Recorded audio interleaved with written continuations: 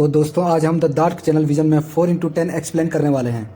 ये एक short film है जिसके दो अलग अलग पार्ट हैं। पहला पार्ट कातासुमी और सेकंड पार्ट 4x10 है।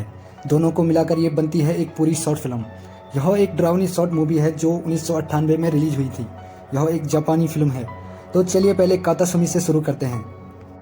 कातासुमी को हिंदी भाषा में कॉर्नर कहते हैं।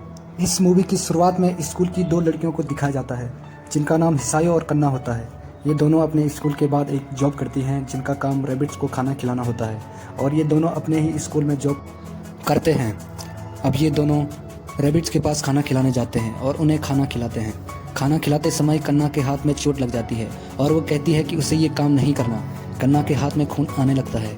हिसायो उसके लिए बैंडेज लेने घर के अंदर चली जाती है और अब वहाँ कन्ना अकेली होती है।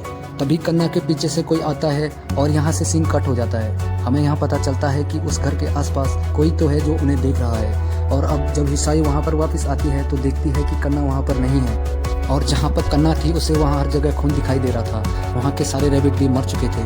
इससे पहले हिसाई कुछ समझ पाती कि उसे अचानक एक पेड़ के पास से कोई आता हुआ दिखाई देता है और हम यहाँ देखते हैं कि वह और कोई नहीं बल्कि कयाको की इविल स्पिरिट है। कयाको सीधे हिसाई की तरफ आ रही थी।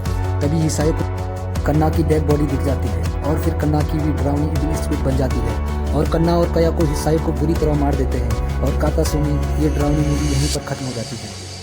अब हम यहीं से दूसरे पार्ट की शुरुआत करते हैं। इस पार्ट का नाम 4x10 है।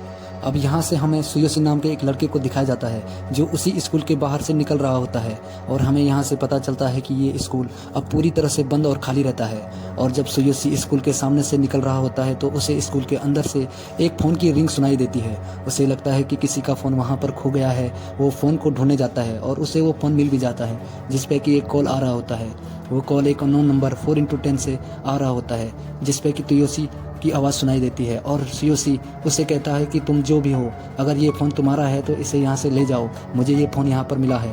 तभी वहाँ पर सुयोशी की स्पिरिट आ जाती है और अब वो सुयोशी को भी मार देती है और 4x10 इसी सस्पेंस के साथ ख़त्म हो जाती है।